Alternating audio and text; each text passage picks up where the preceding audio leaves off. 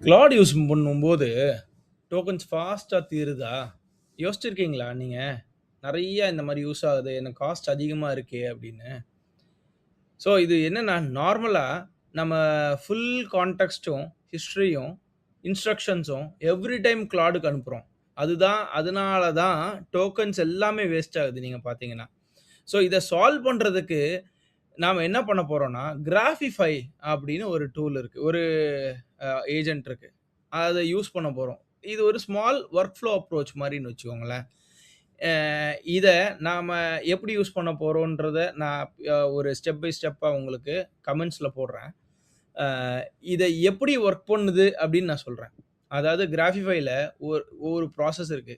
இப்ப அந்த ப்ராசஸ் என்ன பண்ணும்னா, ஒவ்வொரு ப்ராசஸையும் சின்ன, சின்ன, சின்ன, சின்ன நோட்ஸா அது பிரிக்கும். பிரேக் பண்ணும். சரிங்களா? பிரேக் பண்ணிட்டு ஒவ்வொரு நோடுக்கும் தேவையான டேட்டா மட்டுமே அனுப்பும்.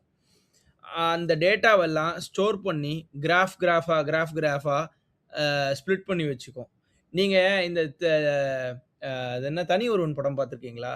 அதுல வந்து அந்த ஜெயம் ரவி வந்து ஒரு கிராஃப் போடுவார்ல, அந்த மாரி. இது என்ன பண்ணும்னா, ஃபுல் ஹிஸ்டரியும் கலெக்ட் பண்ணிட்டு, கிராஃப் கிரியேட் பண்ணி வச்சுக்கும்.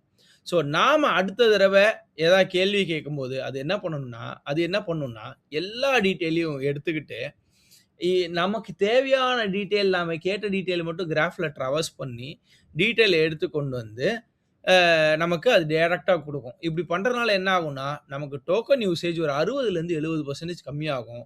காஸ்ட்டும் பெர்ஃபார்மன்ஸ் வைஸ் ரொம்ப நமக்கு சூப்பரா இம்ப்ரூவ் ஆகும்.